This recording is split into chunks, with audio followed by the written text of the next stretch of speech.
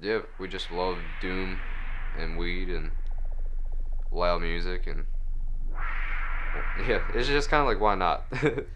And it's just turned into something else, so it's like why stop it? You know, we're just here for the ride.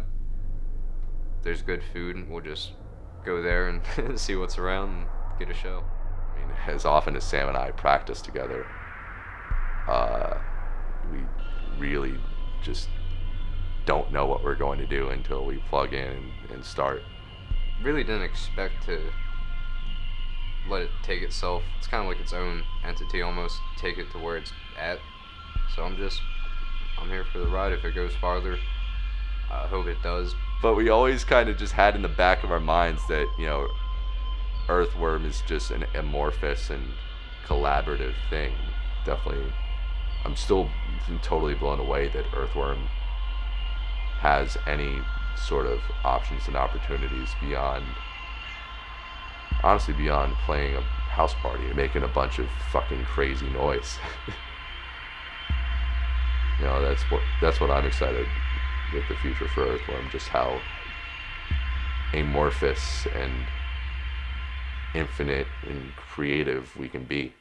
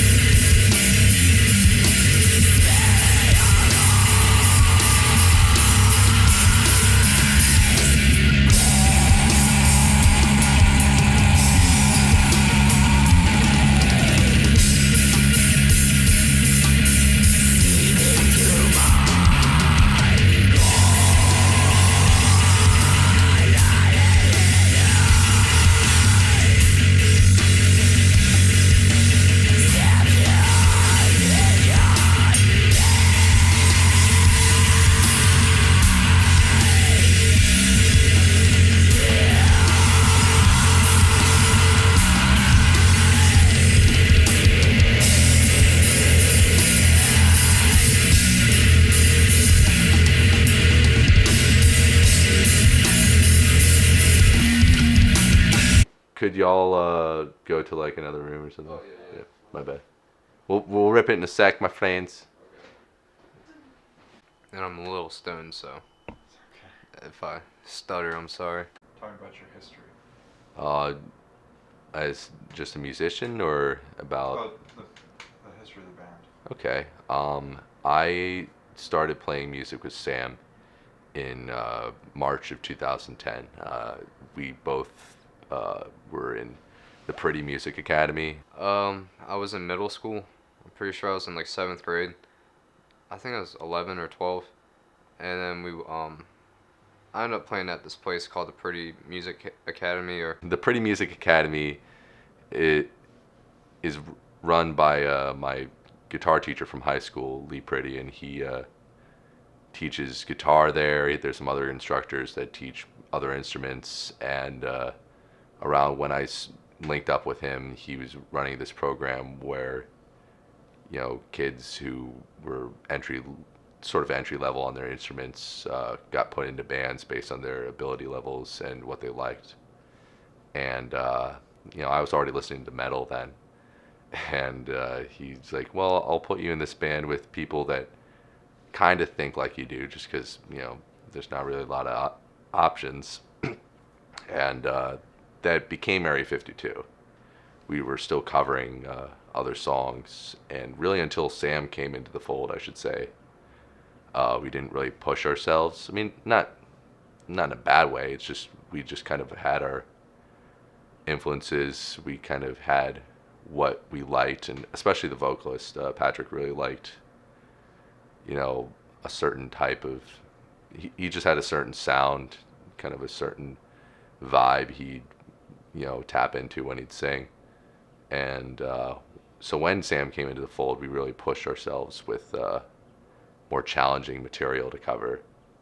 One of which was actually an Avenged Sevenfold song, which for a bunch of kids that had been playing their instruments for 2-3 years, it's like holy shit, it's like hard. That's hard. So I played in a couple bands. We just did covers and stuff, and then I met up with Trip, and I guess they formed Area 52 like a month before, a show before or whatever. And so I replaced their bassist, and then, we went through a couple different people. It's kind of a really long history with that in itself.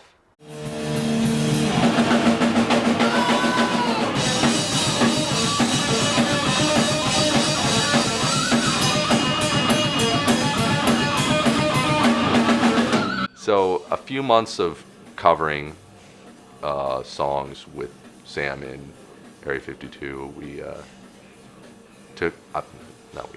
I took it upon myself to book a show, book our own show outside of the academy, and everyone else in the band. We had another guitarist, and Patrick, the vocalist, had left the band, and about a year or so later, after playing around and writing music, Sam, Jeff, and I just solidified the lineup of Area 52 as the three of us, with Sam handling kind of the guttural, brutal vocals, and Jeff handling the guttural, brutal vocals, and also incorporating melodic vocals, singing. So anyway, we ended up boiling it down to me, Jeff, and Trip, which you mainly see in everything. Like at first, it was me, Jeff, and we had another guitarist called we call him Claire. We'll just call him that. And some other guy named Corey. They stuck around for a little bit, but they just kind of, did their own thing.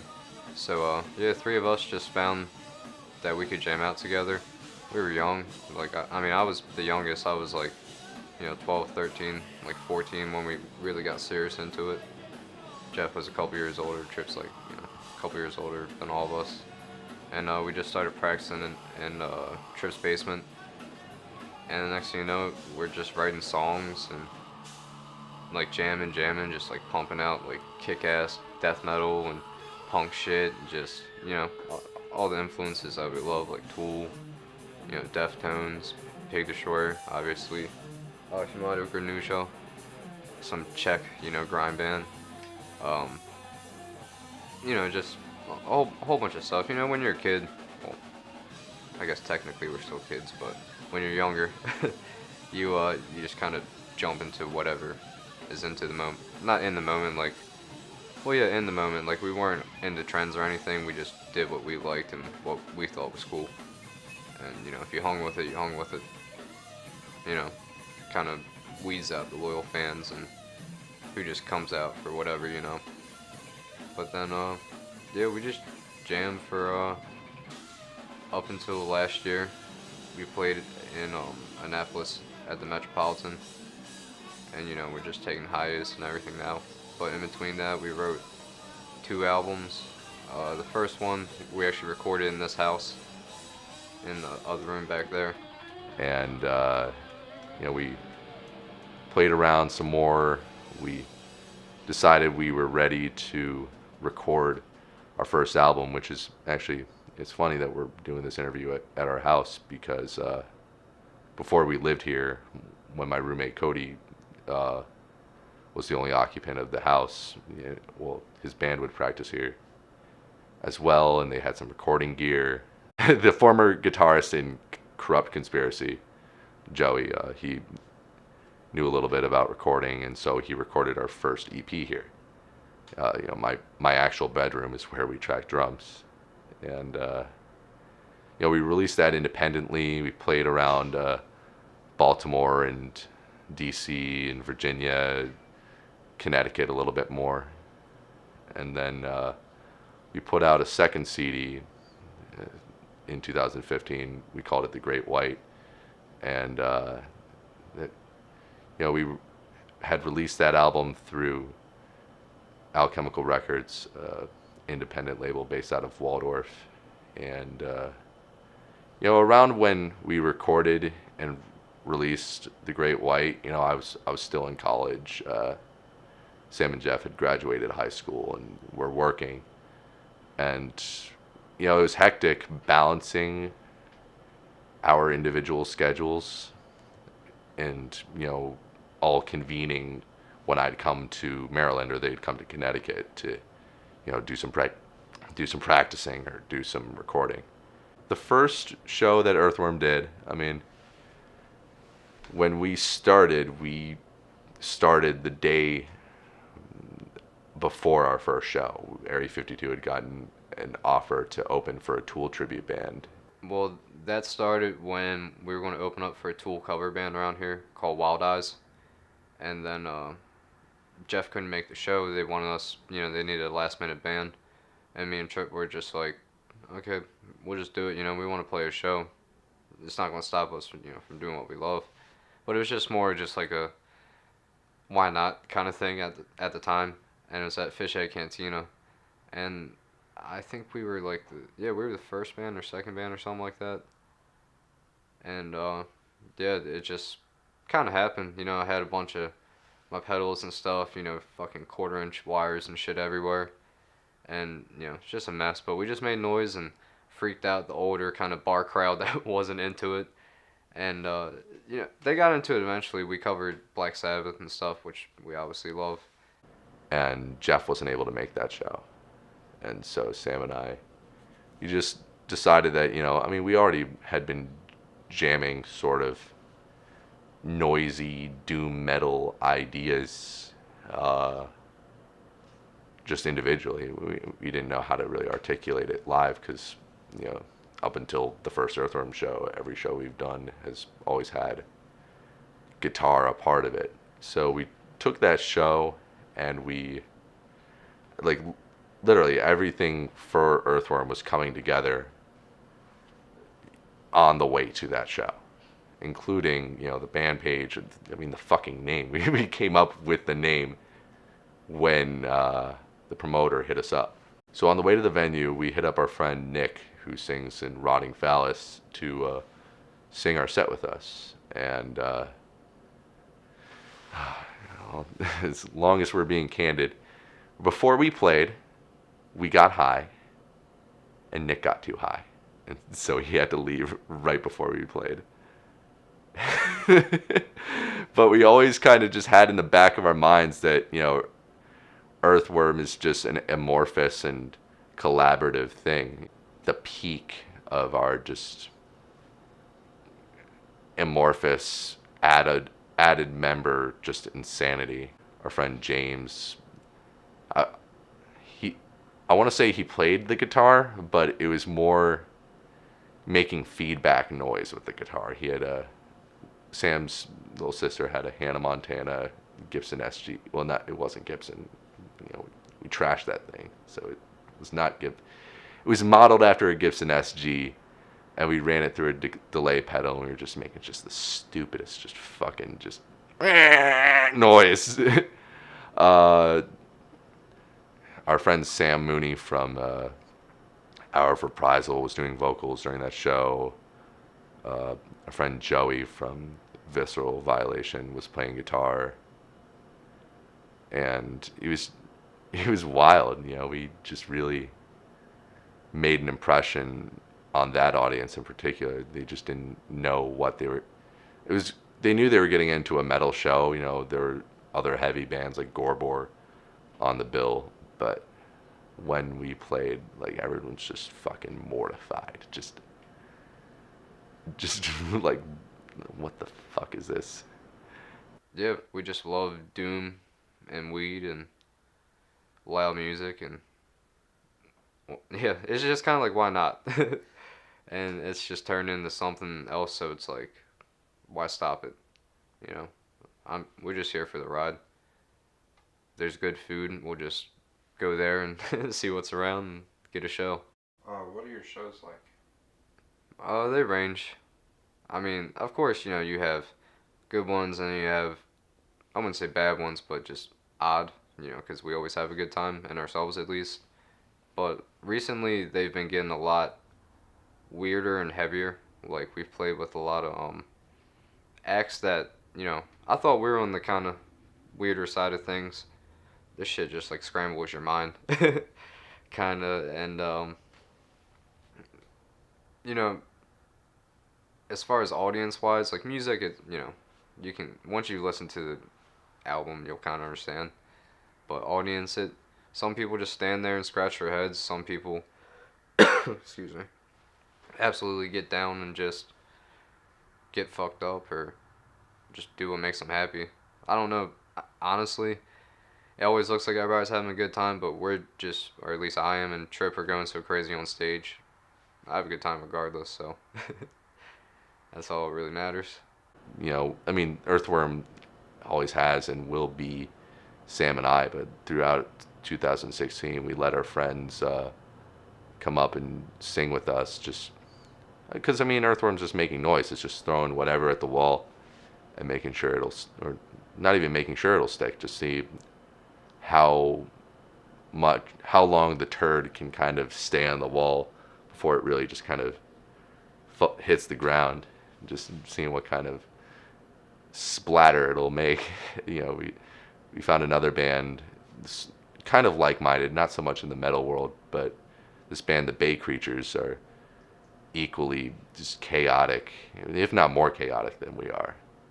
And, you know, those guys would come up and jam with us and just really contrast the doom, low-end element of Earthworm.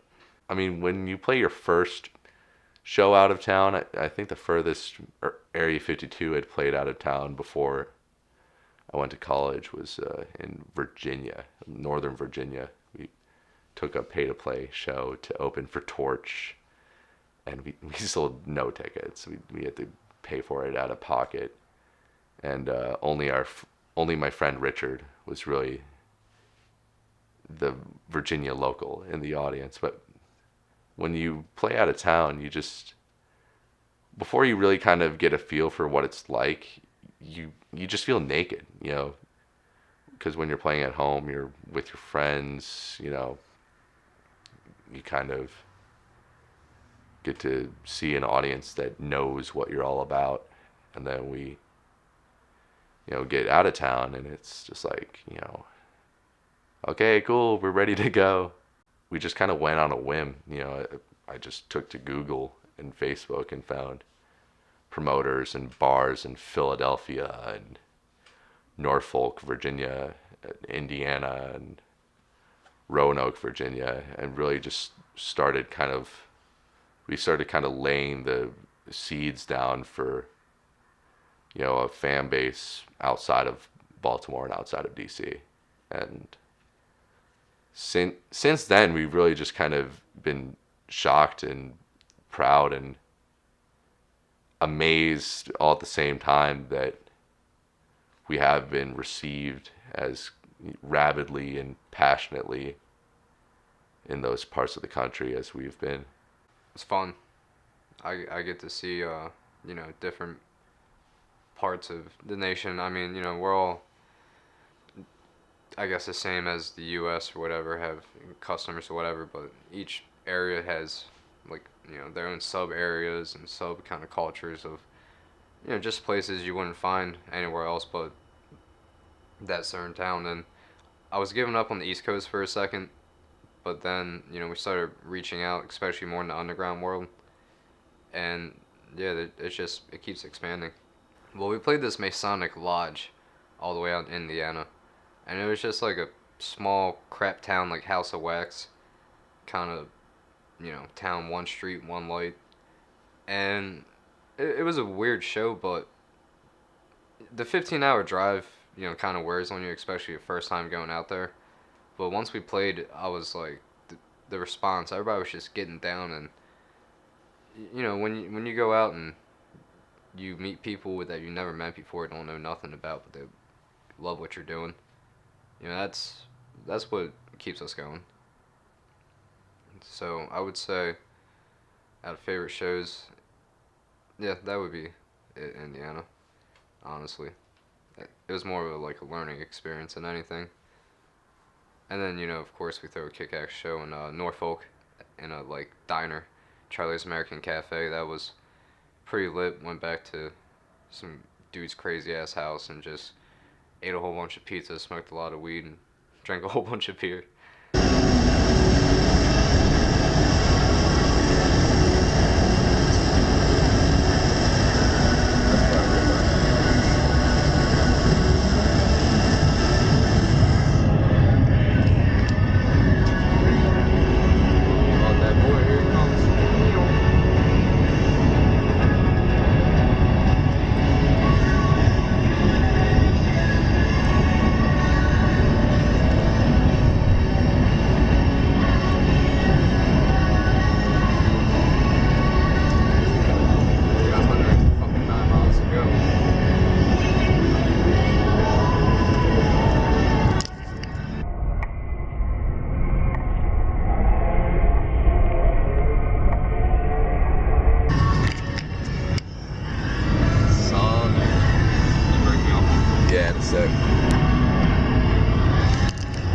So I think there was like a piece of French fry stuck to your sling, because when I ripped that dab, it's a little salty. It tastes a little salty. Yeah, and I tasted a piece of French fry in my mouth.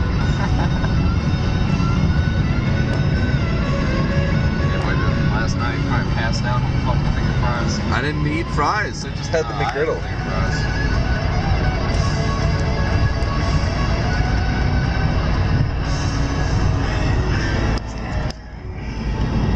108 miles. 523.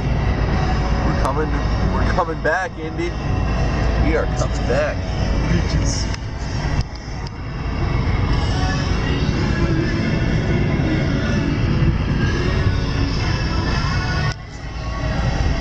I was really shocked and amazed at the reception we had gotten in Norfolk, I should say. When we were in Norfolk, we played this diner that hosts entertainment every so often, and the promoter that we worked with, they don't really book a lot of metal, or at least from what I noticed talking to some of the locals, they just were shocked that a heavy band had come through. And, because no one there had known us.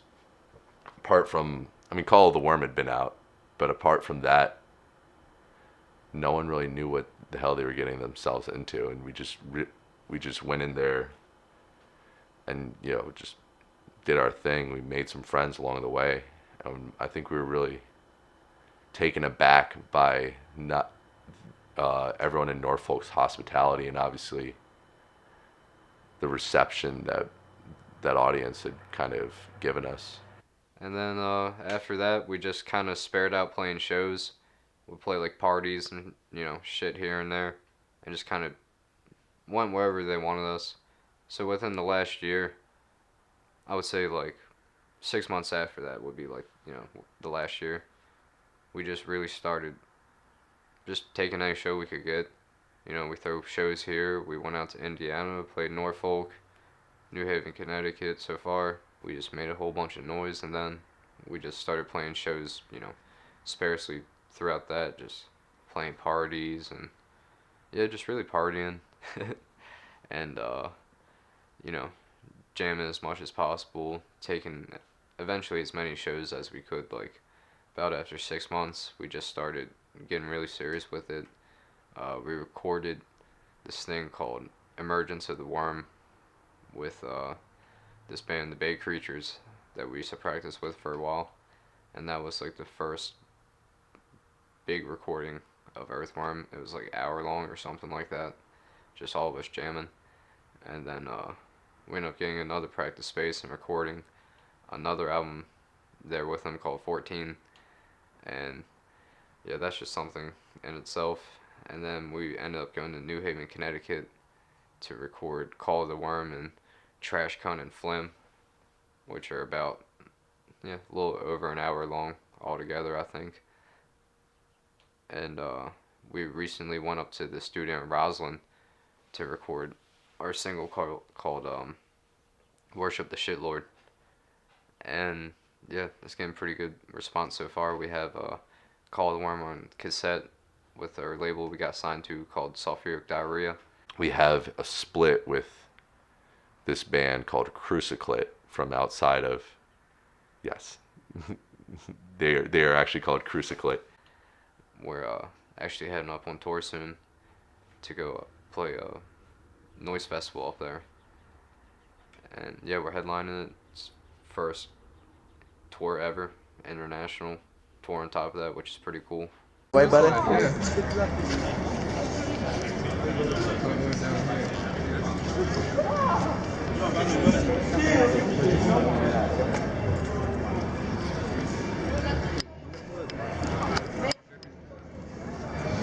What up? That I know this might be kind of an ignorant thing to say, but I've never been to Canada. How everybody looks different, but they sound the same. It's cool, but like I'm used to going from like Baltimore to like DC, man. Like, you know? Yeah. I'm sure if we on the show, we want to be a little different, but we just stupid American. Learn about other cultures. Well, luckily we're gonna turn everyone else dumb with our fucking noise tonight, so Yeah, I suppose. I think everyone's gonna be pretty much even. Dude, that beer was good as hell too. Dude, I hope what I drank was some Quebecian beer, man. Yeah, the Borealis or whatever it's called, Borealis. I'll probably find a bottle or 6-pack of it soon. Oh yeah.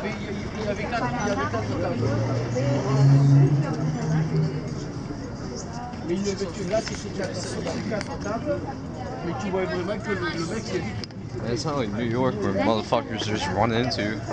I mean, it Yeah, feels like it's New York. it feels like New York, but not in a bad way. Like Yeah. it's like if New York and like Roanoke and Paris all kind of melded into one. That fucking poutine's got me. Oh, dude, that poutine's gonna Feel go like right I'm through gonna me and it's gonna explode. take a dutine. Yeah. Giant poutine. I guess they got that shit in the name. C'était à Prague aussi, tu te rappelles, mais qu'à 4 heures, les mecs en costard là, ils s'asseyaient sur les places. I feel like Il y avait des petites roulottes. Can we just move here? Yeah, can we just stay here forever? Yeah, I guess, yeah, you can work on the bridge and I'll Yeah, that's what I mean. That bridge would be a long enough project. and I'll recycle the scrap from it. And I'll work as a stagehand at the Piranha Bar. Yeah, It all works out. and we'll be right here.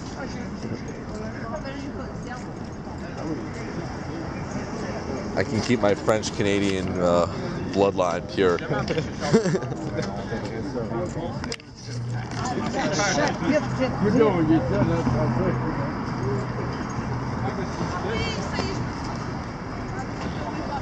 But some things never change. And, Sam and I are working a lot, because we're financing, because we're, you know, independently in a band. We've got to finance everything. You know, we've got to finance merch. We've got to finance gas to be able to play shows outside of town. Well, play shows anywhere, but especially a show that maybe 50, 100 miles plus away, where we'd love to have some quality merch. We'd love to fucking get some recording done. Maybe see what options exist for us beyond independently handling our music. Because I mean, it's been an awesome experiment, just especially in contrast to what we started to get into on Alchemical Records with the Great White. You know, just kind of seeing, you know, what, be getting confident in our abilities as, you know, people handling a band from the administrative side and the managerial side and the business side. You know, definitely, I'm still totally blown away that Earthworm has any sort of options and opportunities beyond, honestly, beyond playing a house party, or beyond, you know, getting together with the Bay Creatures or something and just making a bunch of fucking crazy noise. You know, that's what I'm excited with the future for Earthworm, just how amorphous and infinite and creative we can be. Really didn't expect to let it take itself. It's kind of like its own entity almost, take it to where it's at. So I'm here for the ride if it goes farther. I hope it does. I mean, as often as Sam and I practice together, we really just don't know what we're going to do until we plug in and start.